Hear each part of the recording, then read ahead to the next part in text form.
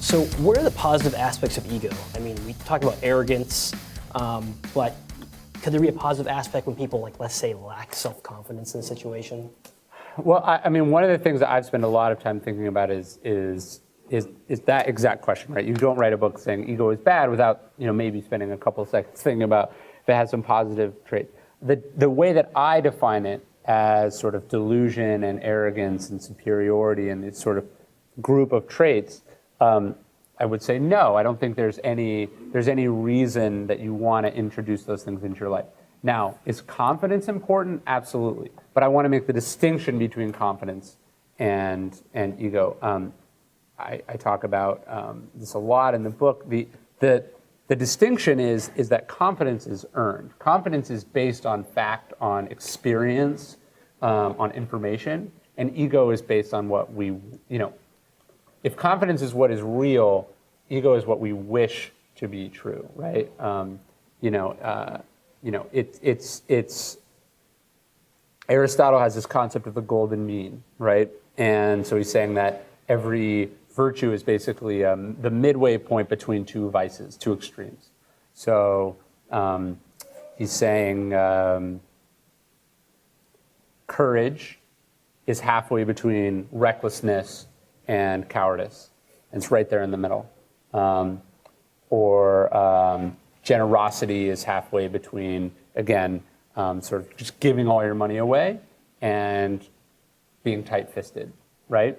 And so I think I would put confidence in the middle between ego, sort of self-absorbed superiority, and then on the other, ironically, I think a lot of people who are crippled by self-doubt just spend too much time thinking about themselves. They think they know everything. They think they know why you're screwing them over and why this will never work and all these things. So I consider confidence and humility in some ways to be synonyms, right?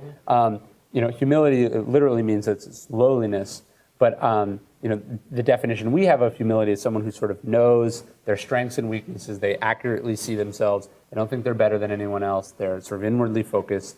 To me, confidence is similar. Confidence is knowing what you're capable of, right? It's saying, hey, I know I can do this because I've done similar things before, or I know that I'm a quick learner. I know that I'm not going to quit. Those are things to be confident in. Just going in and thinking, hey, this is going to be easy. I'm the greatest there ever was. That, or not even bothering to stop and think about what would happen if it turned out to be harder than you expected or whatever. That's where ego is problematic. Right. And I think a lot of startups in Silicon Valley, I mean, you're going against the odds to start a company. Yeah. So you have to puff yourself up. And well, then, you think that right, you do. Yeah. You think that you do. But this is typically a bad starting point, in my opinion, right? So obviously, yes, you have to. You are going into something where the odds are overwhelmingly against you. But lying to yourself does not change those odds in any fundamental way. I think what's actually courageous and brave is to say, hey, I'm doing this thing. I know that it's risky. I know that it's hard, but I'm confident in my own abilities that if it is possible, I can do it. Marcus Aurelius has this line, he's saying, if it's humanly possible and you're a human, then you can do it, right? And so that to me is not delusional, but going in and thinking like, oh, of course, I'm starting the next Facebook and in 2 years I'm going to sell it for, having this sort of sense of certainty about something that you cannot be certain about, that is, predicated on numerous, contingencies that are outside your control. I don't see how that's productive. And in thinking you're going to be the next Facebook, you're missing a lot of steps in the process, right? Doesn't it? Yeah. I mean, look, you sit down to write a book. If you tell yourself you are writing the great American novel, that might help deal with your nerves a little bit, but it doesn't help you write the next great American novel. Kanye West is not a great rapper because he has a huge ego. He's a great rapper because he's a great rapper, right? Like, because he put in the work. He learned how to do this, and he spent hundreds and hundreds of hours doing it. So to me, it's all extraneous. That's not why people are good at what they do.